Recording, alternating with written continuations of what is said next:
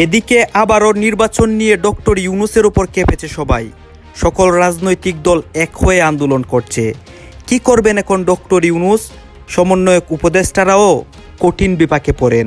অন্যদিকে শেখ হাসিনা ও আওয়ামী লীগ কর্মীদের কপাল খুলে যায়। রাজনৈতিক দলগুলা এই আন্দোলনটি করায়। পুরো দেশ ভয়ঙ্কর এক টালমাটাল অবস্থায়। এই যে দুটো শব্দ উচ্চারণ করলাম, ভয়ঙ্কর টালমাটাল, তারা এতদিন একটা প্রক্রিয়ার মধ্যে ছিল যে তারা সংস্কার করে নির্বাচন দিবে, কিন্তু সবকিছুই যখন মোটামুটি একটু লাইনেই চলতেছিল, হঠাৎ করে বিশৃঙ্খলা দেখা দিল, আগুন, লুটপাট। আমি আপনাদের বলেছিলাম যে ডক্টর ইউনূস বুঝতে পারছেন না যে আমাদের মার্কিন প্রেসিডেন্ট ডোনাল্ড ট্রাম্প তাকে কি করে ঘিরছেন। এর আগের দিনে আমি বলেছিলাম। তিনি বিশ্বাস করেন ভাই, যতটা কিউরিসিটি নিয়ে আপনি নিউজটা ক্লিক করছেন, আমিও ঠিক ততটা কিউরিসিটি নিয়ে নিউজটা ক্লিক করছি না। তারপরে হইল কি, তাড়াহুড়া আর কিচ্ছু নাই। মূল ঘটনা হচ্ছে, আমি নিজেও আশ্চর্য যে আমাদের সেনাপ্রধানের এই বক্তব্যকে বিভিন্ন জায়গায় যেভাবে নিয়ে আসা হয়েছে, তিনি আসলে বলছেনটা কি? কি সেই ঘোষণা দিচ্ছেন জাতির এই ক্রান্তি লগ্নে, যেখানে অপারেশন ডেভিল হান্ট চলতেছে। খবরটা শুই না কেমন লাগছে প্রিয় দর্শক? এবার নাকি অপারেশন ক্লিন হার্ট শেখ মুজিবের কুলাঙ্গা বাচ্চাগুলাকে ধরে ধরে নাকি এখন টঙ্গি পাড়া পাঠাচ্ছে শেখ মুজিবের কাছে। আসছে 11 ফেব্রুয়ারি থেকে আওয়ামী লীগকে বিশেষ সুযোগ করে দিতে পারে বিএনপি, এবং দেশে কিছু অঘটনও ঘটতে পারে 11 ফেব্রুয়ারি থেকে। এই জন্য জনগণকে কিছু জরুরি বার্তা দিব। দর্শক, বিএনপি রাজনীতি মানে এখন কি? আপনারা কি দেখেন আপনাদের চোখের সামনে? বিএনপি ভালো কাজ কি করে? বিএনপির কাজ কি? শহীদদের আহত পরিবারের খোঁজ খবর নাই বিএনপি? তারা নাকি বর্তমান আপনার মানে বিদেশে বসে কথা বলতেছে, তারা পাকিস্তানের কাছ থেকে মোটা অঙ্কের একটা টাকা কিংবা একটা অ্যামাউন্ট তাদের গাড়াভর্তি মনে করেন ভরে রাখছে, তাদের ব্যাংক ব্যালেন্স ভরে রাখছে, যে আমাদের তো মানে পূর্ব যে পাকিস্তান ছিল, যেটা বর্তমান বাংলাদেশ, এটা আমাদেরকে ফিরিয়ে দাও। সবার মুখে শুধু একটাই কথা, কখন হবে নির্বাচন, কবে হবে নির্বাচন, কখন দিবেন ডক্টর ইউনূস নির্বাচন। দর্শক শ্রোতা, নির্বাচনকে কেন্দ্র করে ডক্টর ইউনূসের উপর অনেক প্রভাব পড়ে। সকল রাজনৈতিক দলগুলা এক হয়েছে এবং ডক্টর ইউনূসকে নিয়ে অনেক কথা বলতেছে, আলোচনা করতেছে, সমালোচনা করতেছে এবং বিশেষ করে অ্যাকশনে নামে তারা। গাইজ এসব বিষয় পর্যালোচনা করে আমরা অনেক তথ্য পাই এবং ভিডিও পাই, সেইগুলোই কিন্তু আপনাদের সামনে তুলে ধরবো, যে সর্বশেষ ডক্টর ইউনূসের কী হয় এবং সাধারণ মানুষরা যে কেঁপেছে বা নেতাকর্মীরা যে কেঁপেছে, এইসব বিষয়ে সর্বশেষ সমাধান কি হয় আপনারা দেখতে পারবেন। এগুলো বিষয় পর্যালোচনা করে আমরা অনেক তথ্য পাই এবং ভিডিও পাই, সেইগুলোই কিন্তু আপনাদের সামনে এক এক করে ধারাবাহিকলি তুলে ধরবো। ভিডিওটা কিছুটা লং হবে, কিন্তু অনেক তথ্য জানতে পারবেন যে সর্বশেষ কখন নির্বাচন হবে এবং ডক্টর ইউনূসের সর্বশেষ কি হয়। আপনাদের মনে সকল প্রশ্নের উত্তর এই একটি ভিডিওতে পেয়ে যাবেন। আসুন দর্শক, আপনাদের জন্য আমি যেই নিউজগুলো রেডি করেছি সেইগুলো আগে দেখে আসি এবং ভিডিও শেষে আমাদের গুরুত্বপূর্ণ মন্তব্যগুলো করি। এই যে পুরো দেশ ভয়ঙ্কর এক টালমাটাল অবস্থায়। এই যে দুটো শব্দ উচ্চারণ করলাম, ভয়ঙ্কর টালমাটাল, এর বিরুদ্ধে যুক্তি দিয়ে কেউ কি আছেন ন্যূনতম বিরোধিতা করতে পারবেন? নিশ্চয়ই না। ঠিক তেমনই এক অরাজক পরিস্থিতির মধ্যে বিএনপির প্রতিনিধি দল আমাদের প্রধান উপদেষ্টা অধ্যাপক ডক্টর মোহাম্মদ ইউনূসের সঙ্গে সাক্ষাৎ করতে যাচ্ছেন। কারণ হচ্ছে, এই যে নৈরাজ্যকর পরিস্থিতি, এর মধ্যে বিএনপি তার অবস্থানটি পরিষ্কার করতে চাই প্রধান উপদেষ্টার সঙ্গে, এবং তিনিও কোন ভাবনা নিয়ে বসে আছেন, কি করতে চান, সেই মনোভাবটিও বিএনপি বুঝতে চাই। বিএনপি যে স্টেটমেন্টটি দিল মোটামুটি 1.5 থেকে 2 দিন পরে এসে, এবং খুব স্বাভাবিকভাবে এটির জন্য তারা শেখ হাসিনা সহ আওয়ামী লীগ নেতাকর্মীদেরকে দায়ী করলেন। এটা তারা করতেই পারে, এটি ছাড়া তাদের কোনো বিকল্প পথ নেই। তারা চাচ্ছে না অন্য কাউকে নিজেদের মুখোমুখি করতে, তো ওই পুদর পিণ্ডি পুদর ঘরে চাপানো যেতেই পারে, আওয়ামী লীগের উপর চাপিয়েছে। কিন্তু এই পরিস্থিতিতে খুব স্বাভাবিকভাবে প্রশ্ন উঠেছে, সংস্কার আসলে কতটা বাস্তবায়িত হবে। এটি অনেক আগে থেকে উঠেছে, নতুন আঙ্গিকে এই প্রশ্ন আবার জোরালো আকারে সামনে এসেছে, এবং রাজনৈতিক দলগুলোর সঙ্গে সরকারের যে দূরত্ব ছিল সেই দূরত্ব আরো গভীর হয়েছে, প্রকার আকার ধারণ করেছে। রাজনৈতিক দলগুলো এতদিন পর্যন্ত যে সংশয় সন্দেহের মধ্যে ছিল যে নির্বাচন ডিসেম্বরে হবে কিনা, এখন মোটামুটি রাজনৈতিক দলগুলো নিশ্চিত হয়েছে নির্বাচন হচ্ছে না।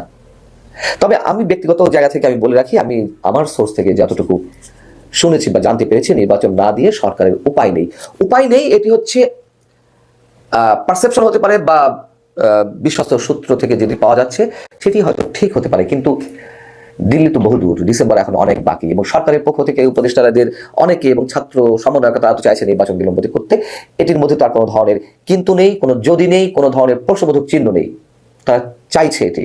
এবং এই যে নৈরাজ্যটি হলো গত 2-3 দিন ধরে, 5 তারিখে বঙ্গবন্ধুর বাড়ি গুড়িয়ে দেওয়া থেকে শুরু করে সারা দেশের আওয়ামী লীগ নেতা কর্মীদের বাড়িঘর জ্বালিয়ে দেওয়া, ভাঙচুর করা, লুটতরাজ করা, এই সবই প্রি প্ল্যানিং এর অংশ, এটুকু আমি মনে করি।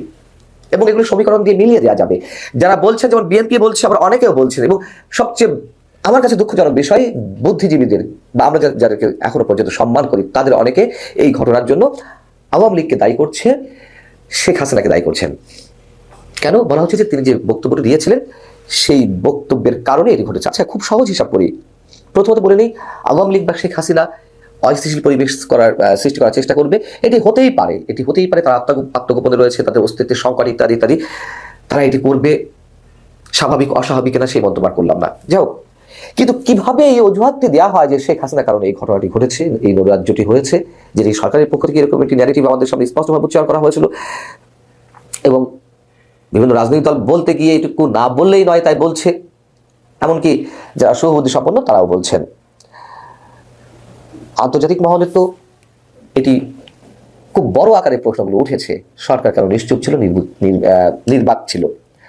সিটি কর্পোরেশনের বুলডোজার কেন সেখানে যাবে? বরঞ্চ আমরা অনেকে মনে করি রাষ্ট্রীয় পৃষ্ঠপোষকতায় ভয়ঙ্কর এই তাণ্ডবগুলো ঘটেছে। তার কারণ যদি একটু সমীকরণ দিয়ে বলি, শেখ হাসিনা বক্তব্য শুরু হলো 9টার দিকে, ভাঙচুরের জন্য জনগণ, কথিত ছাত্র জনতা বঙ্গবন্ধুর বাড়িতে গিয়ে পৌঁছালো 7টার দিকে, 7টা সাড়ে 7টার দিকে, 8টা সাড়ে 8টার দিকে ভাঙচুর শুরু হয়ে গেল হাতুড়ি শাবল দিয়ে। তাহলে কেন আগে থেকে এটি করা হলো? কি উস্কানি দিয়েছিল? এবং যখন শেখ হাসিনা বক্তব্য দিচ্ছিলেন তখনও ভাঙচুর নিশ্চয় চলছিল। তখন কি তিনি নিষিদ্ধ ঘোষিত যে সংগঠন ছাত্রলীগ তাদের উদ্দেশ্যে বা আওয়ামী লীগ যুবলীগের প্রতি কোনো নির্দেশনা দিয়েছেন যে তোমরা প্রতিরোধ করো, নৈরাজ্য সৃষ্টি করো? তা তো আমরা হতে দেখিনি। দ্বিতীয়ত, সরকার আইন শৃঙ্খলা রক্ষাকারী বাহিনী কোনো ধরনের প্রতিরোধের জন্য এগিয়ে আসেনি। এটা তো অনেক চর্বিত চর্বণ হয়ে গেছে এই বক্তব্যটি গত 2-3 দিনে। এবং সরকারের উপদেষ্টাদের অন্যতম ছাত্র প্রতিনিধি হিসেবে যারা আছেন তাদের একজন আসিফ মাহমুদ সজীব ভুঁইয়া, তিনি তো ওয়েলকাম জানালেন, উৎসাহিত করলেন। আর বৈষম্যবিরোধী ছাত্র আন্দোলনের আহ্বায়ক হাসান আব্দুল্লাহ, তিনি তো একাধিকবার ফেসবুকে স্ট্যাটাস দিয়ে দিলেন ফ্যাসিবাদের তীর্থভূমি গুড়িয়ে দেওয়া হবে। এগুলো আপনারা বলেছেন। আমি শুধু কয়েকটি বিষয় একসাথে দাঁড় করিয়ে বলছি যে কিভাবে সরকারি পৃষ্ঠপোষকতায় এই নৈরাজ্যগুলো চলেছে। এবং এটুকু বলে রাখি, এই নৈরাজ্যগুলোর সামনের দিনগুলোতে আরও চলবে। কেন চলবে সেটি তো আমরা জানি। নির্বাচন কোনো অবস্থাতেই দেওয়া হবে না, এবং এমন একটি পরিস্থিতি তৈরি করার চেষ্টা করা হচ্ছে নির্বাচনের নাম গন্ধ যেন কেউ না নিতে পারে।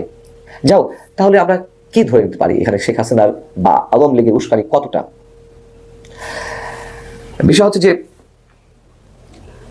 রাজনৈতিক দলগুলোর মধ্যে আস্থার সংকট তৈরি হয়েছে সরকারের প্রতি। সরকার যে এইগুলো প্রতিরোধের জন্য কোনো ব্যবস্থা না নিয়ে বরং সরকারের পক্ষ থেকেই প্রকারান্তরে প্রত্যক্ষ বা পরোক্ষভাবে উস্কানি দেওয়া হয়েছে, ইন্ধন দেওয়া হয়েছে, উৎসাহ দেওয়া হয়েছে, সব ধরনের সহযোগিতা করা হয়েছে। সবচেয়ে বড় প্রশ্ন হচ্ছে আসিফ মাহমুদ সজীব ভুঁইয়া সরকারের মন্ত্রী পদমর্যাদায় উপদেষ্টা পদে থেকে কিভাবে তিনি এটিকে উৎসাহিত করেন, ওয়েলকাম করেন? তার বিরুদ্ধে কোনো ধরনের ব্যবস্থা নেওয়া হবে? বড় অদ্ভুত একটা রাষ্ট্রে আমরা বাস করছি এই মুহূর্তে, এবং আন্তর্জাতিক গণমাধ্যমেও এগুলো খুব বড় আকারে প্রশ্ন উত্থাপিত হচ্ছে। সেই জায়গা থেকে এখন বিএনপি কি অবস্থান নেবে? বিএনপি খুব সুকৌশলে খেলছে, অনেক ধৈর্যের পরিচয় দিচ্ছে। দিতে দিতে 2 দিন আগে তারেক রহমান তিনি নিজে বলে ফেলেন যে সংস্কার বলে যেই মূলা ঝুলিয়ে রাখা হয়েছে তার মধ্যে কোনো ধরনের ষড়যন্ত্র আছে কিনা খতিয়ে দেখতে হবে। স্পষ্টত বলেছেন, এর চেয়ে আর কি বলা থাকতে পারে? প্রশ্ন হচ্ছে যে তাহলে সরকার কি নির্বাচন দিবে, নাকি এখনো নির্বাচন না দিয়ে আরো নানান ধরনের পরিকল্পনা আনবে? আমার মনে হয় সেকেন্ড অপশন আমি যেটি বলেছি সেটাই করবে। সাথে সাথে ওই প্রশ্নটি আবারও তুলতে চাই, আসিফ মাহমুদ সজীব ভুঁইয়াদের বিরুদ্ধে কি কোনো ব্যবস্থা? হাসিনা ভারত চলে যাবার পর ডক্টর ইউনূসের নেতৃত্বে সরকার প্রতিষ্ঠিত হয়েছে, এবং এই সরকারের 2টা মূল এজেন্ডা হচ্ছে নির্বাচন এবং সংস্কার। এখন সরকার এতদিন একটা প্রক্রিয়ার মধ্যে ছিল যে তারা সংস্কার করে নির্বাচন দিবে। কিন্তু সবকিছুই যখন মোটামুটি একটু লাইনেই চলতেছিল, হঠাৎ করে বিশৃঙ্খলা দেখা দিল, আগুন, লুটপাট। কারণটা কি? এখন হাসিনা চলে গেছেন, 6 মাস হয়ে গেল। এইগুলো হওয়ার কথা যে শেখ হাসিনা বা কোনো সরকার পতন হলে একটা উত্তপ্ত পরিস্থিতি তৈরি হয়, কিছু মানুষ সুবিধা নিতে চায় এবং এইরকম হয়। কিন্তু 6 মাস পরে হঠাৎ করে এগুলো হওয়ার কারণটা কি? সবকিছু আস্তে আস্তে নর্মাল হয়ে আসতেছিল। এখানে 2টা কারণ হতে পারে। একটা হলো যে ইউনূস সরকারের শাসন মানছে না মানুষ, আর আরেকটা হতে পারে যে নির্বাচন বানচালের চেষ্টা অথবা নির্বাচন বিলম্ব করার চেষ্টা। উদ্দেশ্য হচ্ছে ক্ষমতাকে পাকাপোক্ত করা। এখন এইটা যদি হয় চক্রান্তের অংশ, তাহলে মূলত ট্র্যাপে পড়ে যাবে বিএনপি, এবং এটা তারা ইতিমধ্যেই বুঝে ফেলছে বিএনপি। যার কারণে দেখবেন তারা শুধু তাগাদা দিচ্ছে যে নির্বাচন দ্রুত করার জন্য, দেওয়ার জন্য, কারণ তারা দেখছে তারা ট্র্যাপের মধ্যে পড়তে যাচ্ছে। তাদের চারিদিকে চক্রান্ত, জাল বুনতেছে। খেয়াল করে দেখবেন, এই যে বিএনপি নির্বাচন চাচ্ছে, এই চাওয়াকে অপোজ করছে কারা? অলরেডি একটি চক্রান্ত দানা বেঁধেছে চারিদিকে। এখন ইউনূস সরকারের মাথায় কাঁঠাল ভেঙে তারা খাবে, এবং ইচ্ছে করেই কিন্তু এইসব ইস্যু তৈরি করা হচ্ছে, বাড়ি ভাঙচুর, আগুন, লুটপাট, যাতে দেশে নৈরাজ্য তৈরি হয় এবং একটা ছুতো তৈরি করা যায়, যাতে ঠিকমতো ইলেকশন না হয়, ইলেকশন পিছাতে বাধ্য হয় সরকার, এবং তারা ফাঁক দিয়ে সংগঠিত হতে পারে, ক্ষমতার চাবি নিজেদের কাছেই রাখতে পারে।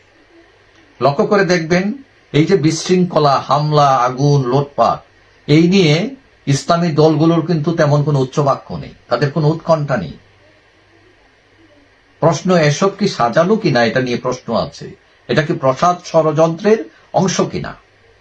অবশ্য কেউ কেউ মনে করেন যে বিএনপিকে আউট করতে যে লাভ হয়ে যেতে পারে আওয়ামী লীগের। কেন হতে পারে? কারণ যারা এইসব ষড়যন্ত্রের সাথে জড়িত বা ক্ষমতা যাওয়ার স্বপ্ন দেখছেন, তাদের অনেকেই মনে করেন যে কুকিলের বাসায় কাকায়ের ডিম যেরকম পারে, আওয়ামী লীগ বিএনপির বাড়িতে সেরকম ডিম পারবে, এবং বেসিক্যালি এরা হচ্ছে একই দল। তারা মনে করে ওই যে ক্ষমতার স্বপ্নে বিভোর যারা, চক্রান্তকারী যারা, তারা মনে করে রাজনীতিতে আওয়ামী লীগ এবং বিএনপি হচ্ছেন, মানে বিএনপি হচ্ছে কাক এবং কুকিলের মতো, দুটোর রঙই কালো, কিন্তু তারা যে সাদা না, তারা যে বিবর্ণ, এটা তারা কিন্তু তাদের আয়নায় দেখে না। তারা ভাবছে তারা খুবই সাদা, খুবই পরিষ্কার, ধবধবে, উজ্জ্বল, কিন্তু তাদের রং কি? তাদের রং কুকিলের চেয়ে, কালোর চেয়ে আরো কালো কিনা, এটা তারা ভাবে না। আমাদের দেশের রাজনীতির চেহারাটাই এরকম। কেউ আয়নায় নিজেকে দেখে না, সবাই নিজেকে ফেরেশতা মনে করে। তাদের দল ফেরেশতার দল, তাদের কারো ভুল নেই। এবং আমাদের দেশের এই অধপতনের মূল কারণ হচ্ছে রাজনীতির এই গন্ডামি, এই চক্রান্ত, এই পান্ডামি, এবং এগুলোর অবসান হওয়া উচিত। যাই হোক, নির্বাচন যাতে বানচাল না হয়, সঠিক সময় হয়। বিশ্বাস করেন ভাই, যতটা কিউরিসিটি নিয়ে আপনি নিউজটা ক্লিক করছেন, আমিও ঠিক ততটা কিউরিসিটি নিয়ে নিউজটা ক্লিক করছিলাম। তারপরে হইল কি, আপনার ব্ল্যাক কফি খাচ্ছি, ভালো টেস্ট, ভালো, কোরিয়াতে এটা ভালো পাওয়া যায়। অনেকে বলবেন যে আজাইরা কথা কেন বলতেছেন, মূল খবর জামু, তাড়াহুড়া নাই, তাড়াহুড়ার কিচ্ছু নাই। মূল ঘটনা হচ্ছে, আমি নিজেও আশ্চর্য যে আমাদের সেনাপ্রধানের এই বক্তব্যকে বিভিন্ন জায়গায় যেভাবে নিয়ে আসা হয়েছে, তিনি আসলে বলছেনটা কি? কি সেই ঘোষণা দিচ্ছেন জাতির এই ক্রান্তি লগ্নে, যেখানে অপারেশন ডেভিল হান্ট চলতেছে। আমরা ভাবছি যে এরকম কোন একটা ব্রিফিং আসবে নিশ্চয়ই, যে সেনাবাহিনী এরকম করে ফেলছে, আত্মগোপনে থাকা অনেক অস্ত্র উদ্ধার হয়ে গেছে, এটা নিয়ে ব্রিফিং আসবে স্বরাষ্ট্র মন্ত্রণালয়ের। কিন্তু সেনাপ্রধান কি আহ্বান জানিয়েছে পুরো জাতির উদ্দেশ্যে? দেখেন, যদি আপনি মানেন, যদি আপনি ওনার কথা অনুসরণ করেন, আপনি উপকৃত হবেন। পুরো আইলসা জাতি হয়ে গেছেন আপনারা। এখন অনেকে কমেন্ট করতেছেন যে ভাই শুরু করেন না, মূল ঘটনা কি? করতেছি, তাড়াহুড়া নাই, আপনার জন্য ভালো, সর্বশেষ শুনে যাইতে হবে। খাওয়া দাওয়া তো ভালোই খাচ্ছেন, আমি কফি খাচ্ছি, আপনি জুস খাচ্ছেন, কেউ অন্যান্য ড্রিঙ্কস খাচ্ছেন। এই যে একটা শরীর, কি অত্যাচার করতেছেন এটার প্রতি? ফিটনেস আছে এই জাতির? আইন শৃঙ্খলা বাহিনীর মধ্যে সেনাবাহিনী ছাড়া বাকি যে বাহিনীগুলো আছে, র্যাবের মধ্যে হালকা আছে, এক একজনের পেট এরকম বড়। সালমান খানের একটা ছবি ছিল, খেয়াল নাই? যে যারা মোটা তোমরা ডাইনে যাও, যারা আরো মোটা বামে যাও, আর যারা ফিট আমার পিছনে আসো। দেখা গেছে পিছনে কেউ নাই। না না, আমি আজাইর আলোপ করতেছি না, আসতেছি ঘুরিয়া আসতেছি, কারণ আপনাদেরকে আসল জায়গায় নিয়ে আসতে। এই যে ফিট থাকার যে গুরুত্বটা কতটুকু পালন করেন? খালি টাকা কামাইলে হবে? স্বাস্থ্যই সকল সুখের মূল। এই কথা আপনি না বুঝলেও আপনাকে আবারও বোঝার জন্য আহ্বান জানিয়েছেন আমাদের সেনাপ্রধান। বোঝেন নাই? আসেন আবার মূল ঘটনায় যাচ্ছি। সেনাপ্রধান জেনারেল ওয়াকারুজ্জামান বলছেন, সুস্থ সবল জাতি গড়ে তোলার জন্য দেশব্যাপী ম্যারাথন ছড়িয়ে দিতে হবে। তো হোয়াট ইজ দ্য ম্যারাথন? ওই যে আমরা সিনেমার বিদেশিরা দেখি আর কি, বাংলাদেশ ইদানিং শুরু হয়েছে যে লম্বা চূড়া দৌড়, আস্তে আস্তে হাঁটে, হেল্লা দুল্লা, বাট শারীরিক কসরতের জন্যই এই ম্যারাথন দৌড়, লম্বা চূড়া একটা দৌড় হয়। দর্শক, তিনি বলছেন আমরা একটু সুস্থ জাতি দেখতে চাই, সুস্থ জাতি পেলে সেটা দেশের জন্য বড় কাজে দেবে। আবার বুঝছেন তো, আজ এরা ভিডিও বানাচ্ছি না। ভোর 5টায় রাজধানীর 300 ফিটে গতকালকে ম্যারাথনের প্রথম দৌড় শুরু হয়েছে। এবারের প্রতিপাদ্য বিষয় কি? Run for unity, run for humanity. Unity মানে হচ্ছে একতার জন্য, আর হিউম্যানিটি হচ্ছে মানবতার জন্য। তো তিনি বলছেন যে এখন পর্যন্ত দেশে আয়োজিত ম্যারাথনের মধ্যে এটাই আপনার সবচেয়ে বড়। এবার 10,000 দৌড়বিদ এতে অংশগ্রহণ করেছেন, আর এতে 10টি দেশের বেশ কয়েকজন বিদেশি ম্যারাথনার তারা প্রতিনিধিত্ব করছেন। আন্তর্জাতিক ম্যারাথন অনুষ্ঠিত হবে আগামী 31-এ কি বলা হয় যে সম্ভবত, তো আপনার আমরা যদি দেখি আগামী সম্ভবত 31শে মার্চ বা এর আশেপাশে, বা আগামী বছর, আই ডোন্ট নো। তো লেখাছে আগামী 31 তারিখ লিখছে। তো সেই জন্য বাংলাদেশের মানুষকেও এবার ম্যারাথনের ইন্টারন্যাশনাল লেভেলে গিয়ে বিট করার জন্য বলা হচ্ছে। আর বলা হচ্ছে যে আন্তর্জাতিক ম্যারাথনের পাশাপাশি এমন ম্যারাথন দেশের বড় বড় শহর, জেলা শহরে আয়োজন করা হবে। একটু শারীরিক কসরত করতে হবে, ফিট থাকতে হবে। এই মুহূর্তে জাতির ভিতরে ফিট থাকার প্রবণতা নাই। শুধুমাত্র যারা এসআররা আছেন অথবা আমাদের দিনমজুর শ্রমিক ভাইরা আছেন তারাই মোটামুটি ফিট। আমরা যারা অফিস আদালতে ব্যবসা বাণিজ্যে আছি, ভাবিদের অবস্থা তো দেখলে বাদ। হ্যাঁ, মানে আমাদের বোনেরা মাশাল্লাহ জামাইয়ের ইনকাম অনুযায়ী এক একজনের স্বাস্থ্য, আর আমাদেরও আছে অফিসিয়াল পদ পদবি অনুযায়ী, ঘোষের সাইজ অনুযায়ী, ভুরির সাইজ। তো এগুলাকে ঠিক মতো রাখতে হলে ফিট থাকতে হবে, কারণ দেশে যে পরিমাণ দৌড়ানোর কালচার তৈরি হয়েছে, সময় উপযোগী সিদ্ধান্ত নিছেন এবার সেনাপ্রধান। এবার বুঝছেন তো, একদম সময় উপযোগী। কেন? অপারেশন ডেভিড হান্ট চলতেছে। আপনি যদি সে ডেভিল হয়ে থাকেন, দেখলেন যে পুলিশ আসতেছে, খবর পাইছেন, দৌড় দিতে হবে দাদা। হাঁপাই গেলে চলবে না। হ্যাঁ, বুড়ি উপরের দিকে দিয়ে চ্যাং করে পড়ে থাকলে ক্যাং করে কিন্তু তুলে নিয়ে যাবে। আবার কখনো কখনো মব জাস্টিসের মধ্যে পড়তে হতে পারে, চেহারা কাছাকাছি মিললে হয়েছে। কেউ হঠাৎ করে বলতে পারে ফেসিস্টের দোসর, লাগা দৌড়। কতটা গুরুত্বপূর্ণ এটা সময় উপযোগী। আবার বুঝছেন, প্রথম দিকে অনেকে বোঝেন নাই, জাতি এখন দৌড়ের উপরে আছে। আমি আপনাদের বলেছিলাম যে ডক্টর ইউনুস বুঝতে পারছেন না যে আমাদের মার্কিন প্রেসিডেন্ট ডোনাল্ড ট্রাম্প তাকে কি করে ঘিরছেন। এর আগের দিন আমি বলেছিলাম, তিনি হয়তো বুঝতে পারছেন না। ডোনাল্ড ট্রাম্পের মানে সোশ্যাল মিডিয়া পোস্ট, মানে হ্যান্ডেল যারা করে, যে সোশ্যাল ক্যাম্পেইন যারা দেখে, তারা একটা পোস্ট করেছে। মানে ট্রাম্প বলে দেন, তারা পোস্ট করেন, কারণ ট্রাম্পের অত সময় নেই। ট্রাম্প নিজে যেটা হ্যান্ডেল করে সেটা খুব কম হ্যান্ডেল করেন উনি এই সোশ্যাল মিডিয়া টিমটাই ওনার সমস্ত কথাবার্তাগুলো করে, এইগুলো করে। তো যাই হোক, উনি যেটা লিখেছেন, he is Mohammad Yunus, new dictator of Bangladesh. He never contested any election. He never a student leader. He never the leader of the opposition. He never active in any politics. Then how did he suddenly become the dictator? The Biden administration got him the Nobel Prize, and with the funding of George Soros, conditions of civil war were created in Bangladesh. PM Sheikh Hasina's উনি কিন্তু বলছেন PM প্রধানমন্ত্রী PM Sheikh Hasina's residence was attacked by miscreants and she was forced to leave the country. এবার উনি লাগিয়ে দিয়েছেন সরাসরি মার্কিন যুক্তরাষ্ট্রের স্টেট ডিপার্টমেন্ট প্রাক্তন কর্মকর্তা মাইক বেঞ্চ, তিনি সাংবাদিক ট্যাকার কালসনের কাছে কার্যত সব ফাঁস করে দিয়েছেন। কি করেছে মানে বাইডেন প্রশাসন? মার্কিন ঘাঁটি করার পরিকল্পনা, শেখ হাসিনা, মিলিটারি কু, রঙিন বিপ্লব, সজীব ওয়াজের জয়ের পিছনে লাগা, ট্রান্সজেন্ডার নৃত্য দল, LGBT group, BNP criminal group, সন্ত্রাসবাদী কিশোর গ্যাং সহ মোটামুটি সবকিছুই খোলাখুলি ফাঁস করে দিল এই আইন অমান্যকারী প্রান্তিক সংগঠন, যাদের এক করেছে এনইটি, আইআরআই এর মতো মার্কিন প্রতিষ্ঠানগুলো, যা হুবহু নকল কিউবান প্লটের মতো। কত বড় ষড়যন্ত্র ভাবুন এবার। 48টি গ্রুপ 304 জন পরিচালনা করে এবং অর্থ সহায়তা প্রদান করেছে, যার মধ্যে রয়েছে 170 জন রাজনৈতিক ব্যক্তি, আর 304 জনের মধ্যে রয়েছে অভিনয় শিল্পী, সাংবাদিক। কারা কারা জড়িত ছিল এই 5ই আগস্টের আগে এবং পরে, তাদের আচরণে সেটা প্রকাশ পেয়েছে।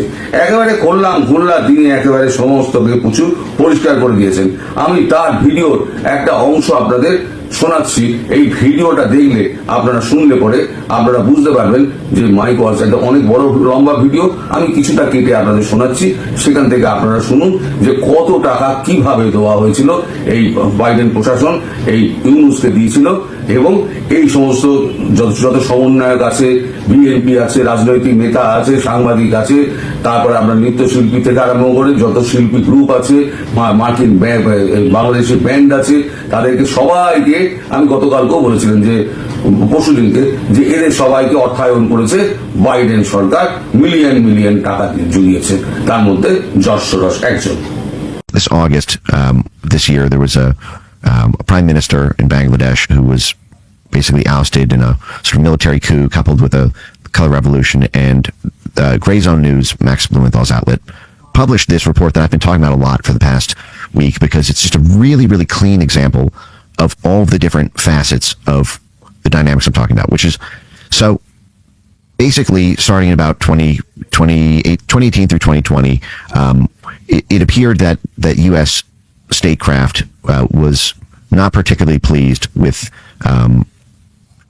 Sheikh Hasina winning this, the prime minister winning the election, and baseline assessments were submitted to the State Department about how to prop up the opposition group, the Bangladeshi National Party, the BNP, which was considered more favorable to U.S. interests.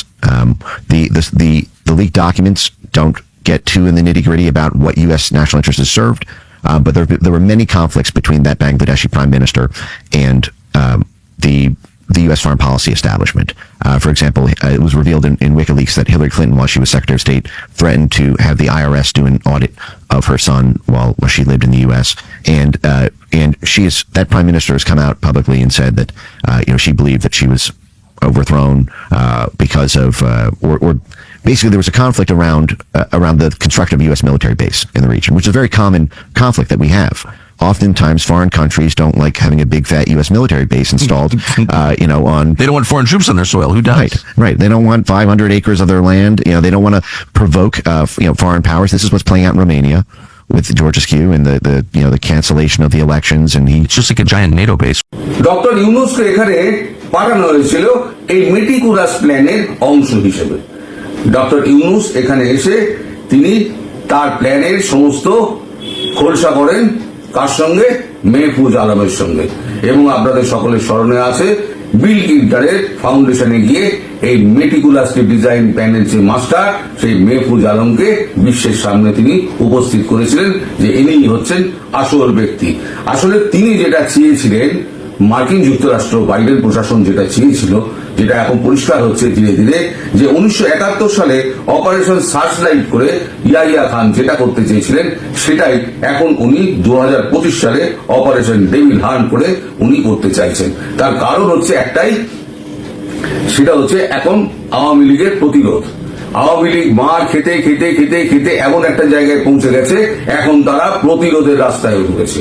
প্রতিরোধের রাস্তা না ধরলে পরে এদের আটকানো যাবে না। আমি বরাবরই বলে আসছি, আপনারা লাঠি বইটা যা আছে নিয়ে আপনারা মাঠে নামুন। এবার তারা সত্যি সত্যি মাঠে নেমে গিয়েছে। এখন গোপালগঞ্জের দিকে ঢুকতে পারছে না, প্রচুর মার খেয়েছে। গোপালগঞ্জের ধারে গায়ে যেতে পারছে না। গাজীপুরে গিয়েছে, গাজীপুরেও ব্যাপক মার খেয়েছে। এখন গাজীপুরের লোকেদের এত রাগ কেন? গাজীপুর হচ্ছে ইন্ডাস্ট্রিয়াল এরিয়া। গাজীপুরকে পুরো একেবারে যত ইন্ডাস্ট্রি গুলো ছিল এরা ধ্বংসস্তূপে পরিণত করে দিয়ে গাজীপুর কেন সারা বাংলাদেশের মানুষকে একেবারে বেকার করে দিয়েছে, অর্থনীতি ধ্বংস করে দিয়েছে। সুতরাং গাজীপুরের মানুষ এবার ধীরে ধীরে একত্র হয়েছে। আজ গাজীপুরের মানুষ শুধু এফেক্টেড নয়, এফেক্টেড কিন্তু হয়েছে পুরো বাংলাদেশের মানুষ। ফলে বাংলাদেশের মানুষ কিন্তু এবার ধীরে ধীরে একত্র হচ্ছে। ওই ডেভিল হান্ট দিয়ে বাংলাদেশের মানুষকে কিন্তু আটকে রাখা যাবে না। ডক্টর ইউনূস, আপনি ভুল পথে চলছেন। আর একটা মজার ব্যাপার হচ্ছে,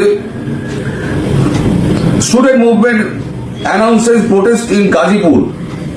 Sarchi says today will be Awami League goons last day there.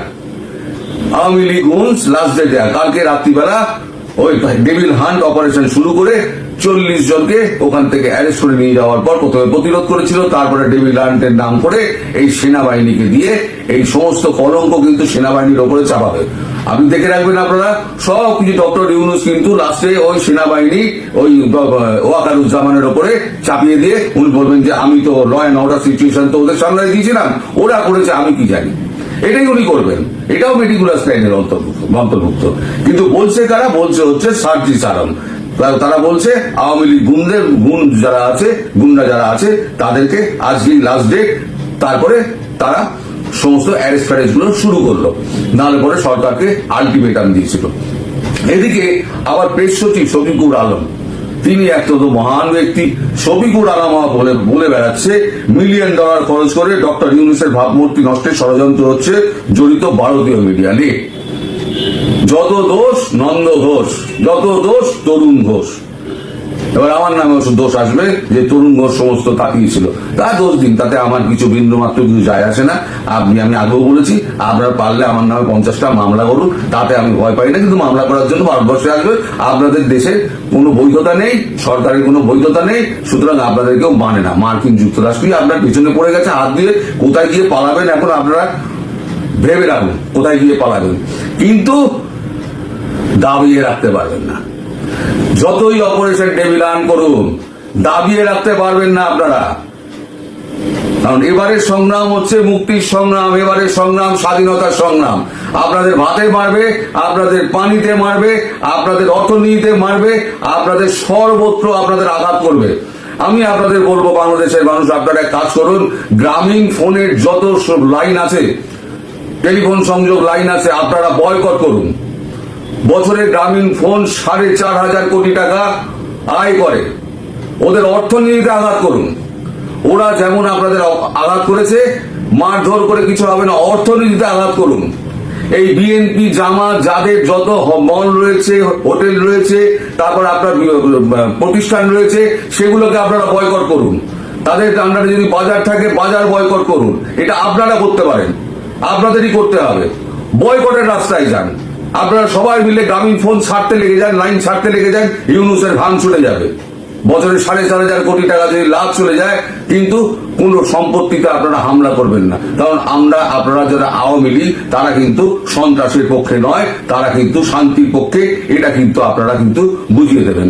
এই আপনার অপারেশন ডেভিল হান্ট ফান্ড করে এসব কিছু আপনি যদি বয়কট করেন, আপনি যদি ওর দোকানে না খেতে যান, ওর হোটেলে না খেতে যান, ওর দোকানে না কিনতে যান, ওর মলে যদি পা না বাড়ান, আপনি যদি গ্রামীণ ফোনের লাইন ছেড়ে দেন, কোন অপারেশন আপনার হান্ট আপনাকে কি করবে? আপনাকে কেউ কিছু করতে পারবে না। প্রধানমন্ত্রী শেখ হাসিনা কিন্তু একদিনও এর মধ্যে কোনো প্রত্যাঘাতের কথা কখনো উচ্চারণ করেননি। এবার তিনি প্রত্যাঘাতের রাস্তায় যাচ্ছেন। তিনি একটা ছোট একটা, আমি ভিডিও একটা দিচ্ছি, অডিও ক্যাপশন দিচ্ছি, আগে সেটা শুনুন। এসে গেছে রুখে দাঁড়াবার সময়, এসে গেছে প্রতিরোধ করবার। জনগণ আমাদের সাথে আছে, জনগণকে সাথে নিয়ে এই দুর্বৃত্তদের বিরুদ্ধে রুখে দাঁড়ান, এটাই আমার নির্দেশ। প্রত্যেকে প্রস্তুত হয়ে যান এবং সবাই যে যা কিছু আছে তাই নিয়ে প্রতিরোধ গড়ে তোলেন। শত্রু মোকাবেলা করতে হবে, এরা দেশের শত্রু, জাতির শত্রু, জনগণের শত্রু, গণশত্রু। এই গণশত্রুদের হাত থেকে দেশ রক্ষা করার জন্য যার যা কিছু আছে তাই নিয়ে প্রস্তুত হয়ে আপনারা নামেন, এটা আমার আহ্বান। সব শেষে আসি আমাদের ফ্রান্সে যিনি বসে আছেন তার কথাতে।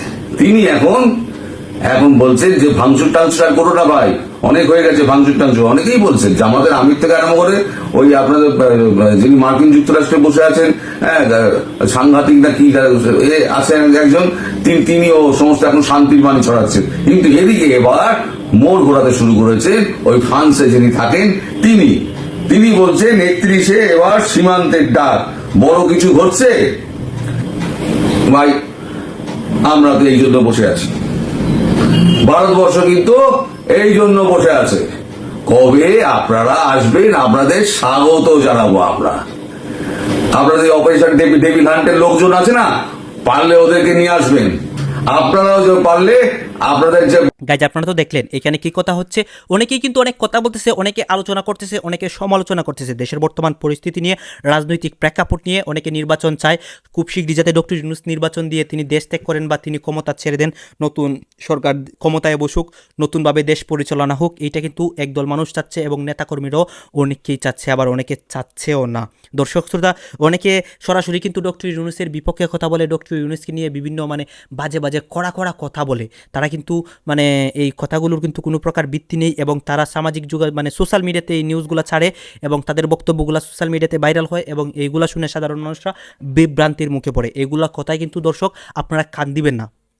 গাইজ এতক্ষণ আপনাদেরকে যা কিছু দেখিয়েছি সব কিছু কিন্তু আমরা সোশ্যাল মিডিয়া থেকে সংগ্রহ করেছি। এখানে আমাদের নিজস্ব কোনো মন্তব্য নেই বা নিজস্ব কোনো সিদ্ধান্ত নেই। এইসব দেখে আপনাদের কি মনে হচ্ছে এবং আপনাদের মন্তব্য কি, এটা কিন্তু আপনারা অবশ্যই কমেন্ট বক্সে লিখে যাবেন। এবং আপনাদের কাছে আমার একটা রিকোয়েস্ট থাকবে, আমার চ্যানেলটি সাবস্ক্রাইব করবেন এবং পাশে থাকা বেল আইকনটি অবশ্যই বাজিয়ে দেবেন, যাতে করে নেক্সট ভিডিওটা সবার আগে আপনাদের কাছে পৌঁছায়। ধন্যবাদ।